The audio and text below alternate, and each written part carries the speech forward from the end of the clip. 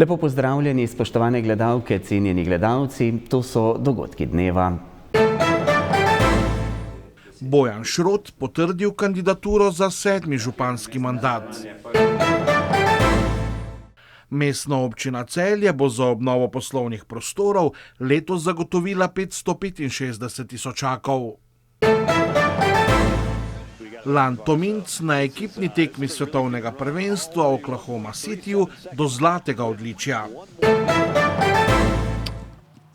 Celjski nogometaši nocoj začenjajo z letošnjimi evropskimi nastopi. Predsednik celjske županove liste Bojan Šrot je potrdil, da se bo na letošnjih lokalnih volitvah potegoval za 7. županski mandat. Šrot je celjsko občino vodil kot župan 24 let, na prejšnjih volitvah pa ga je v drugem krogu porazil aktualni župan Celja Matija Kovač. Kovač je že pred časom napovedal, da bo jeseni vnovič kandidiral. Bojan Šrot, ki je mestno občino Celje vodil 24 let, pravi, da je bila odločitev za kandidaturo logična, saj minula 4 leta ocenjuje kot obdobje izgubljenih priložnosti. Mesto ni naredilo kakšnih večjih razvojnih korakov, tudi ta povezava med lokalno pa državno politiko je bila slaba. Če gledamo mandatu prejšnje vlade, je Novo mesto dobilo univerzo, pa ima pol manj študentov kot Celje. Izolska bolnišnica je bila nominirana za univerzitetno kliniko, čeprav je bolnica Celje tretja največja v Sloveniji, kar kaže, da lokalna politika pa predstavniki iz te regije na državnem nivoju niso kaj dobro sodelovali. Mislim, da kakšnih večjih razvojnih problemov nismo reševali v tem mandatu. Za mandat za omejenih priložnosti govorim tudi zato, ker se izteka finančna evropska perspektiva in v Celju praktično nimamo kakšnih večjih investicij iz evropskih sredstev, razen iz mehanizma CTN, kjer pa ne gre za neko konkurenco med projekti, ampak za kvoto, ki pač mestni občini pripada, in se mi zdi vse skupaj škoda, dalo bi se veliko več narediti. Pri tem izpostavlja nekaj projektov, ki bi bili po njegovem bistveni za nadaljnji razvoj mesta. Jaz sem na eni strani zelo žalosten, da se sedanje občinsko vodstvo ni odločilo in recimo ta denar iz mehanizma CTN namenilo za dokončanje obnove Knežjega dvorca, kjer je gradbeno dovoljenje že nekaj let in smo čakali na ustrezno finančno priložnost, če temu tako rečem. Nobenih bistvenih korakov se ni naredilo na celjski obvoznici, ki je nujna, predvsem govorimo seveda o povezavi sever-jug. Nič se ni zgodilo na področju sanacije območja Stare Cinkarne. Obstaja še veliko stvari, ki bodo seveda prišle in jih bomo obelodanili v času predvolilne kampanje. Pravi, da ima dobro ekipo, ki ve, kako upravljati mesto, in dodaja, da trenutno občina, tako kadrovsko kot finančno, ne kaže najboljše slike. Mislim, da je trenutno občinska uprava slabo vodena, da se je zgodil tam en velik, kot se rado reče, kadrovski cunami. V teh 3 letih in pol se je več kot 70 ljudi na novo zaposlilo. In seveda tem ljudem tudi manjkajo znanje, izkušnje, mogoče tudi malce samozavesti. Nas pa v stranki tudi zelo skrbi finančno stanje občine. Občina se samo v letošnjem letu zadolžuje za 18,5 milijona. Če pogledamo še zadolževanje v preteklih letih, pa tudi načrtovano za naslednje leto, vidimo, da se je občina v 2 letih zadolžila več kot prej v 24 letih, ob tem, da nismo imeli kakšnih velikih investicij, kot so bili recimo center za ravnanje z odpadki, toplarna, veliki športni objekti in podobno. Tako da finančna zmožnost občine bo v prihodnjem mandatu tudi zelo vprašljiva. Pri svoji kandidaturi računa na široko podporo. Kdo poleg celjske županove liste pa ga bo še podprl, zaenkrat še ni znano. Jaz mislim, da mora biti kandidat za župana široko spremljiv.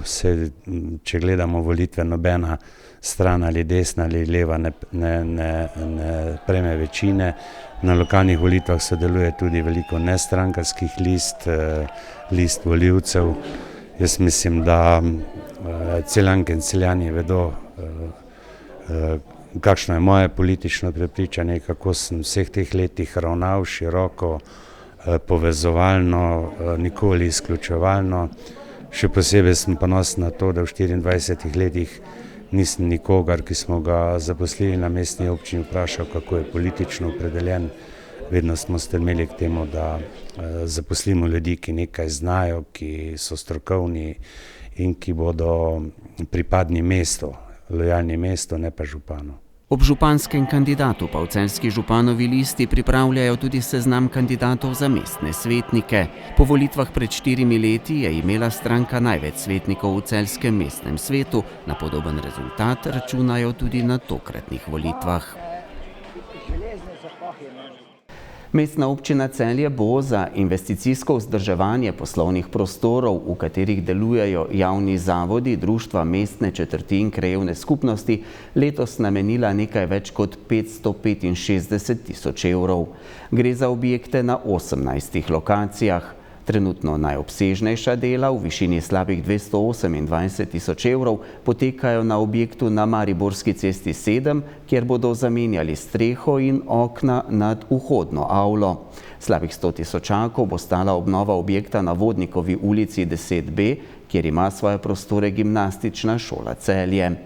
Na lokaciji Glavni trg 18 bo celjska občina prispevala 70 tisoč evrov za preureditev nekdanjih prostorov podjetja Toper, kjer bo v prihodnje deloval Inštitut za novejšo zgodovino Slovenije. Člani prostovoljnega gasilskega društva Dobrovlje v občini Braslovče so prevzeli novo gasilsko vozilo GVC-1. Vozilo je stalo 330 tisoč evrov, z njegovim nakupom pa je tamkajšnje gasilsko društvo še izboljšalo požarno varnost v kraju.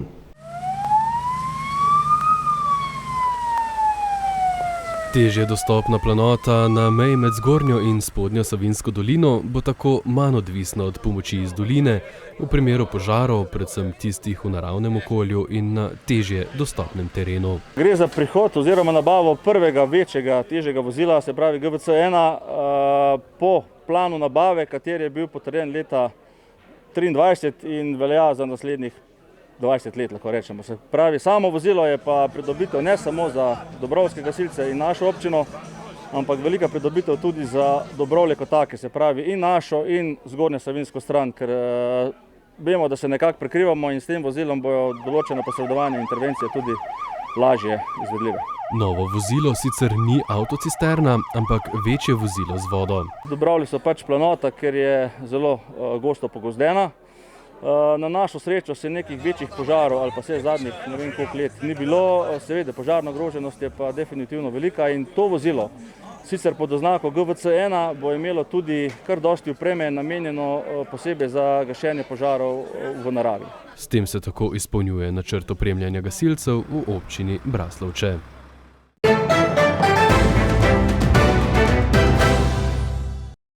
Slovenski kajakaši Peter Kauzer, Žigalin Hočevar in Celjan Lan Tominc so na olimpijski progi v Oklahoma Cityju v Združenih državah Amerike postali svetovni prvaki. Samostojni Sloveniji so priborili prvo zlato medaljo na ekipnih tekmah v slalomu na svetovnih prvenstvih. Za Slovenci so za 11 sekund zaostali Švicari, tretja je bila Avstrija s sekundo in 18 stotink zaostanka. Zlato odličje Lana Tominca je prvo odličje najžlahtnejšega sijaja v zgodovini celjskega kluba. Doslej je imel nivo Celje po zaslugi Martina Srabotnika 2 bronasti ekipni odličji svetovnih prvenstev leta 2017 v Franciji in leta 2021 na Slovaškem. V slovenski ekipi bi sicer moral nastopiti tudi Celjan Martin Srabotnik, ki pa se je pred prvenstvom poškodoval in je na olimpijski progi v Oklahoma Cityju nastopil le v posamični konkurenci. Lan Tominc se je z 12. časom kvalifikacij zanesljivo uvrstil tudi v polfinale posamične tekme, ki bo na sporedu v četrtek. Nogometaši Celja bodo ob 21. začeli z letošnjimi evropskimi nastopi. V Albaniji se bodo v prvi tekmi drugega kroga kvalifikacij za uvrstitev v Ligo prvakov pomerili z albanskim prvakom Ignacijo. Povratna tekma bo v torek 28. julija v Celju. Celjani so novo sezono začeli s petkovim prvenstvenim obračunom z Muro. Ta je razkril marsikatero pomanjkljivost prenovljenega celjskega moštva. Tega se zavedajo tudi v strokovnem štabu državnih prvakov. Sometimes I think that God also helps us, giving us some signals, and I'm sure that we learned from this first game. Also, I think that in this game we were not. Včasih nam Bog pomaga in nam pošlje določene signale. Prepričan sem, da se bomo iz tekme proti Muri veliko naučili. Tudi fizično na tej tekmi nismo bili v najboljšem stanju. Naš nivo agresivnosti mora vselej biti ne na 100, ampak na 200%. Proti Ignatiji moramo biti agresivnejši in bolj samozavestni. Biti moramo pametni, saj se igrata 2 tekmi po 90 minut. Imamo dovolj izkušenj z igranjem evropskih tekem. Spoštujemo tekmeca, toda že v Albaniji bomo skušali priti do ugodnega rezultata. We need to be intelligent because this is 2 games, but of course we have experience of playing the European competitions. We know that it's 2 games of 90 minutes, but respecting our opponent, we will do all that we have from us to make a good result there in Albania. Ignatija je v prvem kolu kvalifikacij za uvrstitev v Ligo prvakov v skupnem seštevku s kar 7-2 premagala moldavskega prvaka. Veton Tuša, ki se je v Celje preselil iz albanske Drite, današnjega tekmeca Celjanov odlično pozna. Igral sem v Albaniji, zato Ignatijo dobro poznam. So dobro moštvo, toda naša ekipa premore več kvalitete. Dali bomo vse od sebe, da dosežemo dober rezultat.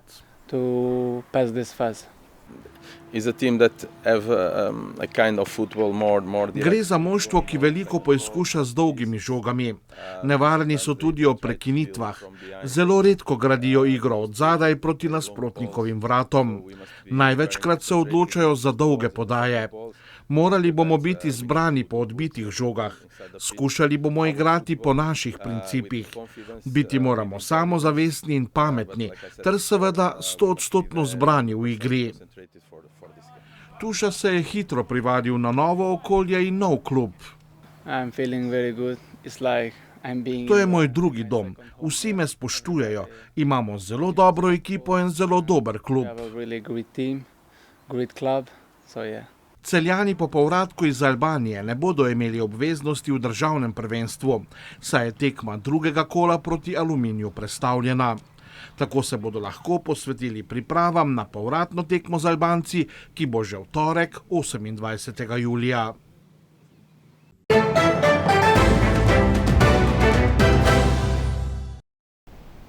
Jutri bo zmerno do pretežno oblačno, sredi dneva bodo začele nastajati plohe in nevihte, ki bodo do večera zajele večji del Slovenije. Zapihal bo veter severnih smeri, proti večeru bo na Primorskem burja. Najnižje jutranje temperature bodo od 10 do 15, v slovenski Istri okoli 18, najvišje dnevne pa od 22 do 26, na Primorskem tja do 28 stopinj Celzija. V noči na petek se bo postopno razjasnilo, jutro bo sveže, po nekaterih nižinah bo nastalo nekaj kratkotrajnih meglic. V petek čez dan bo pretežno jasno z občasno povečano oblačnostjo na vzhodu Slovenije. Ponekod v notranjosti bo pihal veter severnih smeri, na Primorskem po večini šibka burja. V soboto bo sončno, zapihal bo jugozahodnik, topleje bo. S to vremensko napovedjo zaključujemo dogodke dneva. Hvala, ker ste bili z nami. Nasvidenje znova jutri.